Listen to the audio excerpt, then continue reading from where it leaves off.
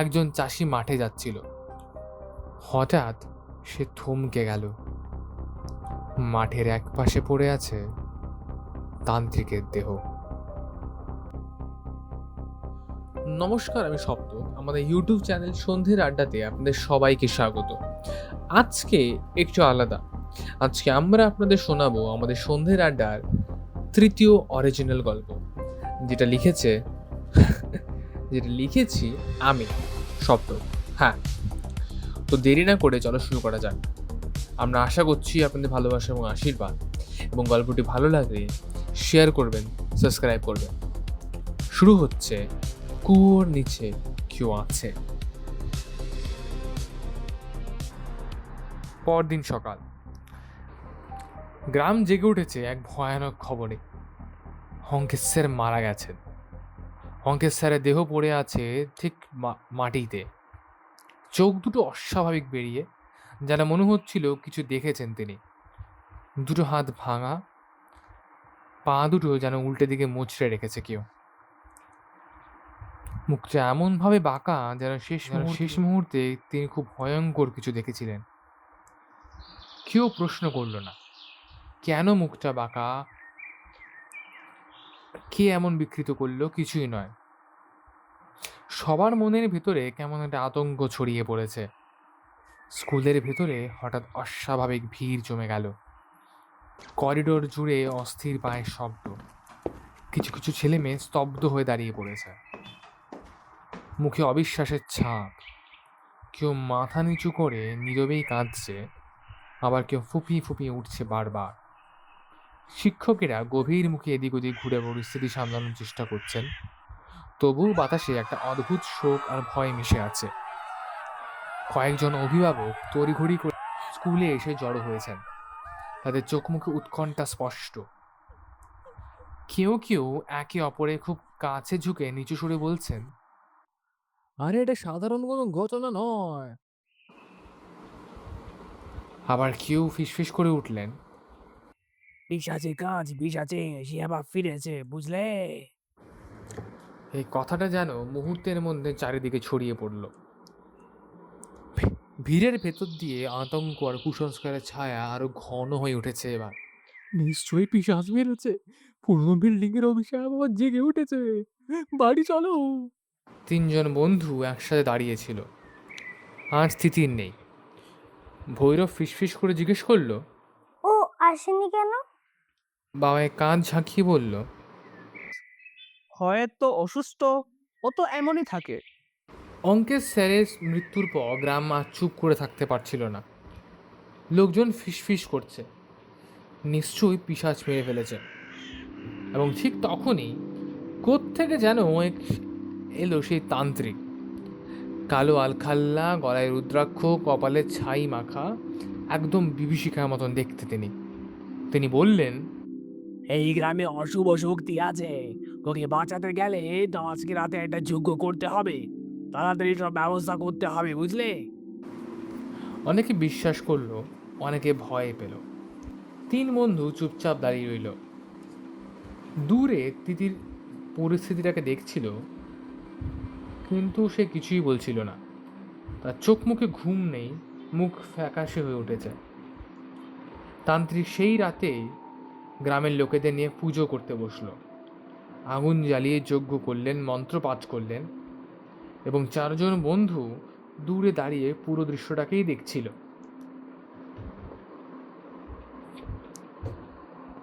তিতির আজও কিছু বলছিল না, বরঞ্চ তার চোয়াল শক্ত হয়ে উঠেছে। পুজো শেষ হলে সবাই বাড়ি ফিরে গেল। পরদিন সকাল। তান্ত্রিকের ঘর খোলা, তার জিনিসপত্র সব আছে, বই, মালা, বাটি, সব কিছু। কিন্তু সে তো নেই। বাবাই বলল, ভয় তো ছিল। তিতির কিছুই বলল না, তার হাত কাঁপছিল। তারপর দিন ভোর 5টা। একজন চাষি মাঠে যাচ্ছিল। হঠাৎ সে থমকে গেল। মাঠের এক পাশে পড়ে আছে তান্ত্রিকের দেহ, চোখ দুটো পেরিয়ে হাত পা ভাঙা, ঠিক অঙ্কের স্যারের মতো। যেন মনে হচ্ছিল তিনিও কিছু দেখে প্রচণ্ড ভয় পেয়েছিলেন। তান্ত্রিকের ভয়াবহ মৃত্যুর খবর শুনে গ্রাম জুড়ে এক অদ্ভুত আতঙ্ক নেমে এলো।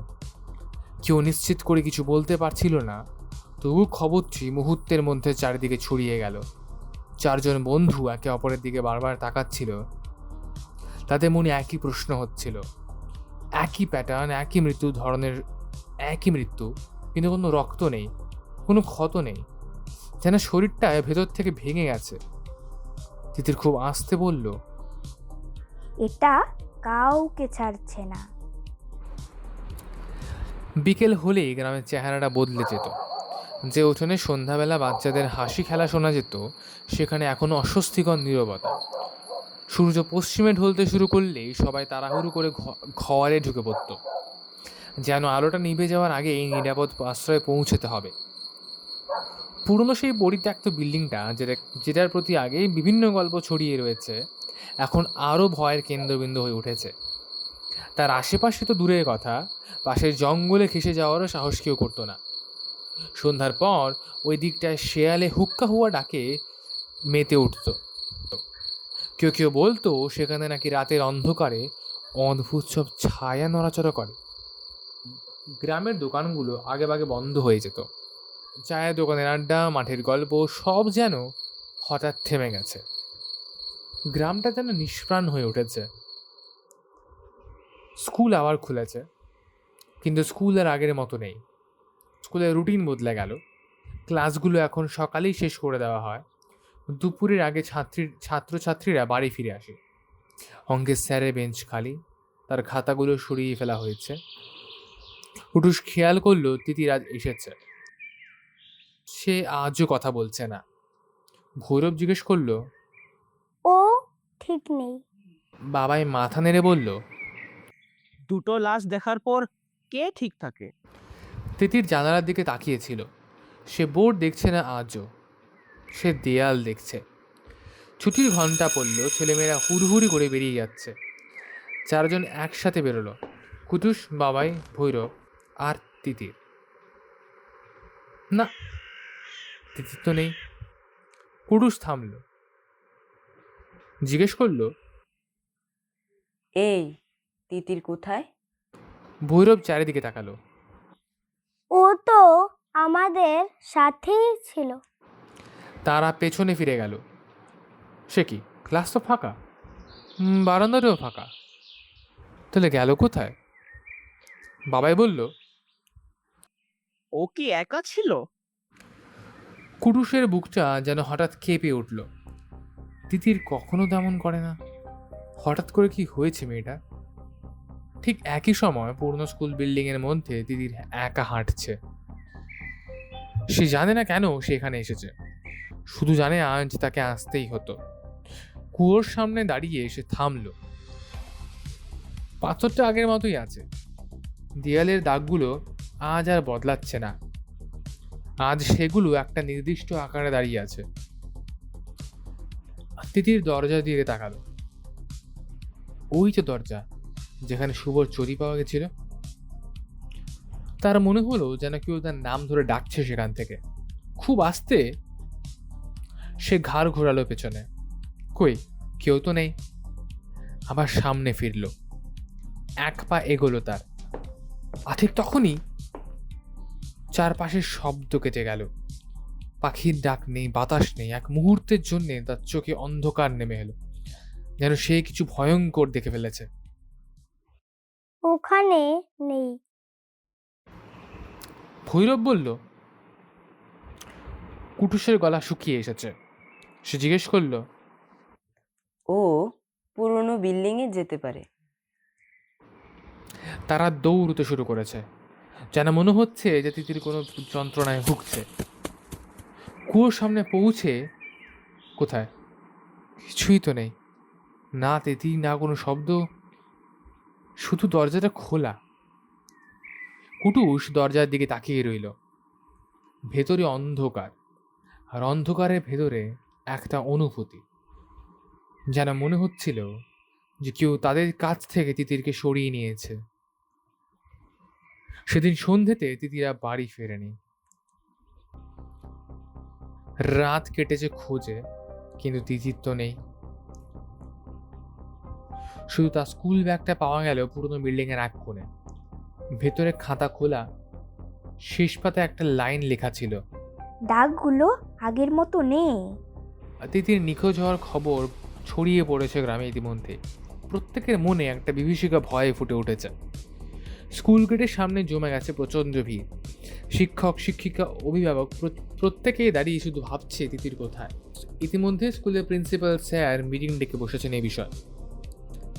3 বন্ধু নিষ্ক্রিয়ভাবে দেখছিল, মনে করলো কিছু একটা করতে হবে, কিন্তু কিভাবে তা তারা জানে না। প্রথম কাজ ছিল আশেপাশে খোঁজ করা। তারা তৎক্ষণাৎ স্কুলের বাথরুমে, খেলার মাঠে, সব জায়গায় সতর্ক হয়ে খুঁজল। তিতিরের ব্যাগ শেষ দেখা যায় স্কুলের বারান্দার কাছে। সবার ব্যাগের সাথে তিতিরের ব্যাগও ছিল।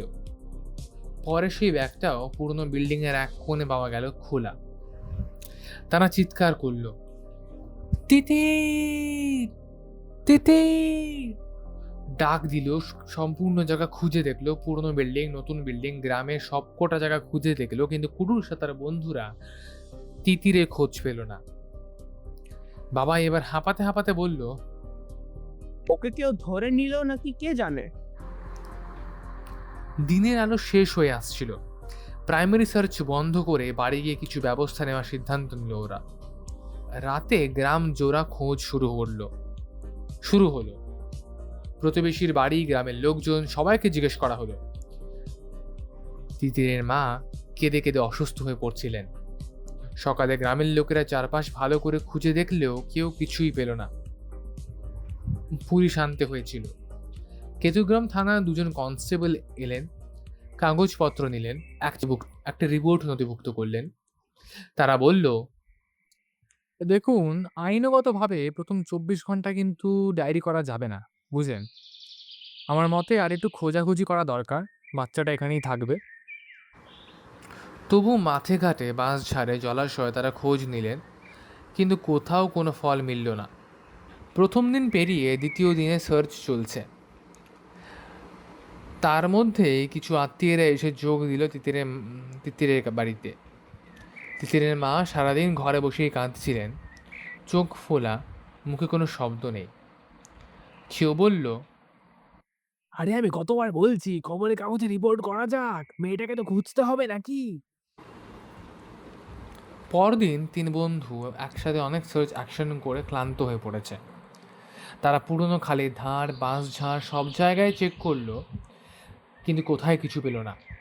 বাবাই কাঁদলো না, তবে অদ্ভুতভাবে অস্থির হয়ে উঠল সে বলল, আমরা ওকে খুঁজে বার করবোই। পুলিশ আবারও স্কুলে এলো। জানালা, দরজা, ভাঙা সিঁড়ি, নিচে খোঁজ নিল, কিন্তু কিছুই পাওয়া গেল না। সন্ধ্যার পর একটু আগে গ্রামে হঠাৎ অদ্ভুত নাড়াচাড়া শুরু হলো। লোকজন ছুটছে, কেউ হাঁকছে, কেউ শুধু তাকিয়ে আছে। খবরটা ছড়াতে বেশি সময় লাগেনি। শুভকে পাওয়া গেছে। হ্যাঁ, যে ছেলেকে দিয়ে পুরো ঘটনাটা শুরু হয়েছিল, সেই ছেলেকে ইতিমধ্যেই পাওয়া গেছে। কিন্তু তাকে পাওয়া গেছে মাঠে নয়, জঙ্গল নয়, স্কুলের কাছেও নয়। তাকে পাওয়া গেছে গ্রামের একেবারে শেষ প্রান্তে, একটা বহু বছরের পরিত্যক্ত পুকুরের কোণে। পুকুরটা কেউ ব্যবহার করে না। জল সবুজ কালচে হয়ে পড়েছে, ধারে কচুরিপানা আর শ্যাওলা স্তর। কেউ কেউ পরে বলছিল, শুভ তো জলে ডুবে যায়নি, মনে হচ্ছিল যেন শরীরটা একেবারে জলের নিচ থেকে আটকে গেছে, বরং কেউ খুব যত্ন করে সেখানে তাকে রেখে গেছে। শুভর দেহটা যখন তোলা হলো, চারপাশ অদ্ভুত নীরবতা এলো। শরীর ঠান্ডা, কোনো আঘাতের চিহ্ন নেই, কিন্তু চোখ খোলা, তাকানো যায় না, যেন কিসের দিকে সে তাকিয়ে আছে। শুভর মা ছুটে এসে ছেলেকে জড়িয়ে ধরলেন। কিছুক্ষণ কোনো কথা বলতে পারলেন না, শুধু কাঁধে মুখ গুজে কাঁদলেন। এমন কান্না যেটা মনের ভেতরে বহুদিন ধরে জমেছিল। শুভর বাবা একটু দূরে দাঁড়িয়েছিলেন, চোখ দুটো লাল, কিন্তু মুখ শক্ত। ডাক্তার এসে পরীক্ষা করে শুধু এইটুকুই বলছিলেন যে, শ্বাস চলছে, কিন্তু জ্ঞান নেই। মনে হচ্ছে কোমায় আছে।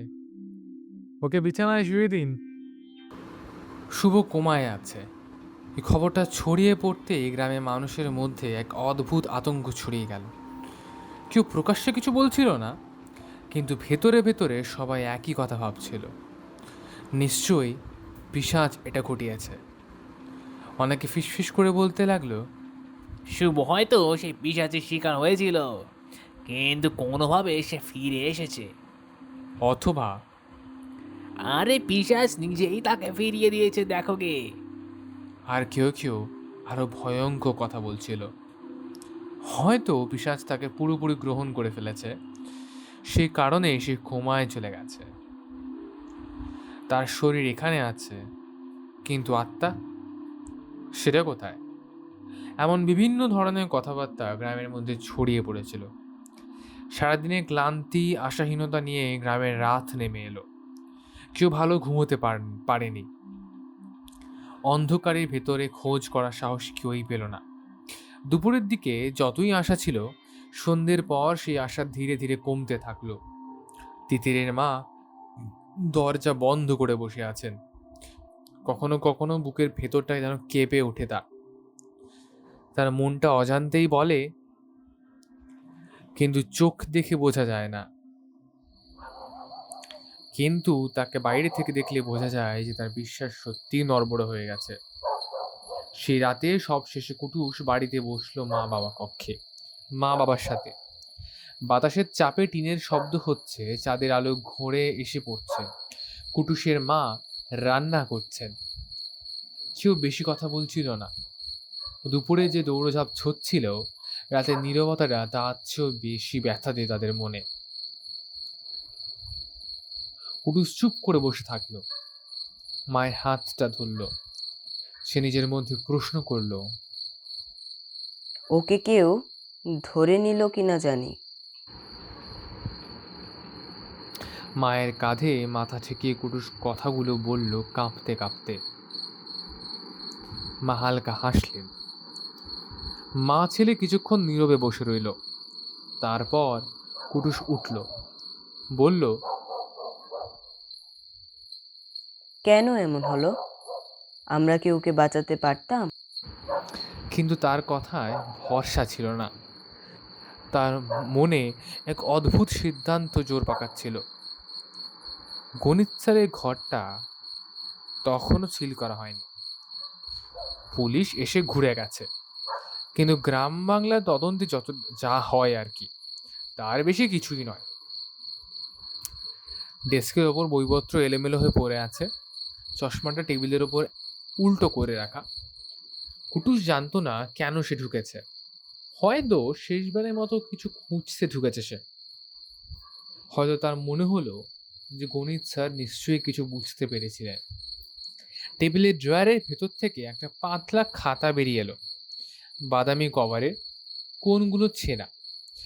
তার বুকের ভেতরটা হঠাৎ কেঁপে উঠল, হাত কাঁপতে শুরু করলো, যেন মনে হলো যে এই খাতার ভেতরে নিশ্চয়ই কিছু লেখা রয়েছে।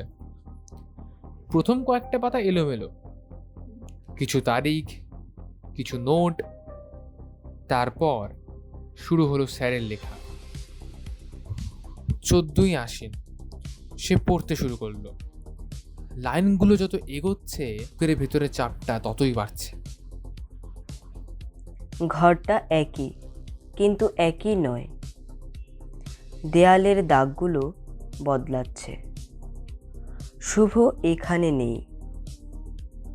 ওরা শুধু একজনকেই রাখে। কুটুসের গলা শুকিয়ে গেল। স্যারও বুঝেছিলেন।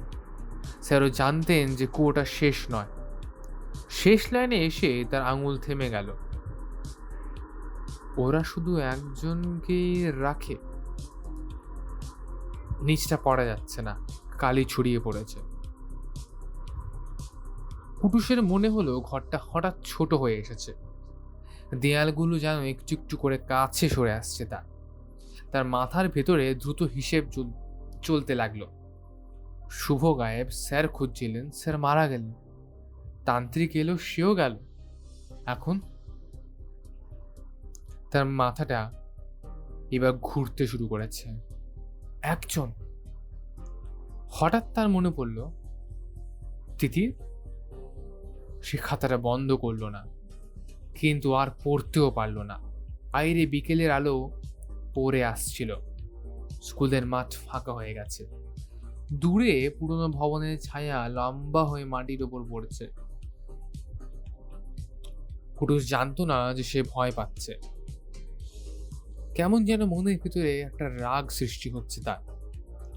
কিন্তু সে প্রথমবারের মতো নিশ্চিত হলো যে এটা দুর্ঘটনা নয়, এটা যেন কারোর বেছে নেওয়া।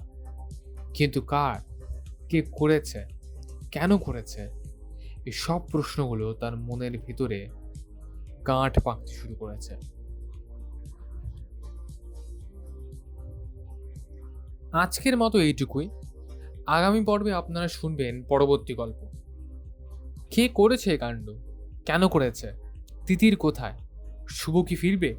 সমস্ত কিছু জানতে হলে পরবর্তী গল্পটাকে আপনাদের শুনতে হবে। আমরা আশা করছি যে আপনাদের গল্পটা ভালো লেগেছে এবং আপনাদের সমস্ত কমেন্টগুলো আমরা পড়তে খুব খুব খুশি হব। আপনার ফিডব্যাক আমাদের কমেন্ট বক্সে জানাবেন এবং একটা ছোট্ট গুগল ফর্ম ডেসক্রিপশন বক্সে দেওয়া রইল। আপনি চাইলেই সেখানে গিয়েও সাজেশন জমা করতে পারেন। দেখা হচ্ছে পরের দিন।